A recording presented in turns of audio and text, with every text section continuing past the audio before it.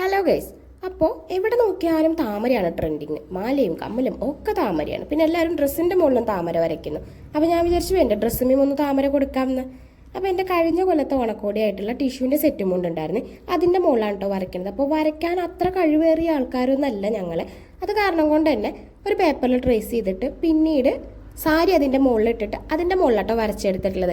അപ്പോൾ ഇങ്ങേരേനെ ഒതുക്കി നിർത്താൻ വേണ്ടിയിട്ട് നമ്മൾ കുറച്ച് പെയിൻറ്റും ഒരു മേക്കപ്പ് ബ്രഷുമാണ് കയ്യിൽ കൊടുത്തിട്ടാണ് ഒതുക്കി ഇരുത്തിയിട്ടുള്ളത് കേട്ടോ.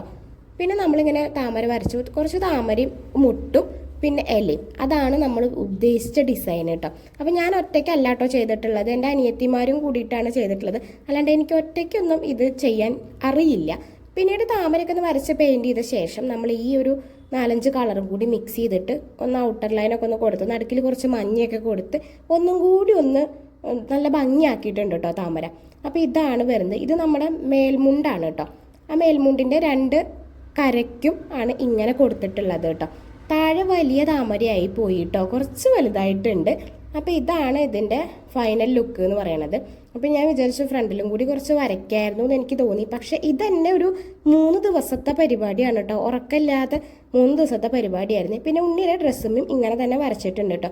അത് ഇലയില്ല, താമരകൾ മാത്രമായിട്ടുള്ളതാണ് കേട്ടോ. അപ്പോൾ നമുക്ക് ഈ ഡ്രസ്സിന് 200 രൂപയാണ് ചിലവ് വരുന്നത്. ഇതെൻ്റെ ഒരു 4-5 വർഷം മുന്നത്തെ സെറ്റ് മുണ്ടാണ്. അതിൻ്റെ മുകളിൽ നിന്ന് എടുത്തതാണ്. 150 രൂപയാണ് കേട്ടോ നമുക്ക് ഈ ഉടുപ്പ് തയ്ക്കാൻ വന്നത്. പിന്നെ കുറച്ച് പെയിൻറ്റും. അപ്പോൾ അത്ര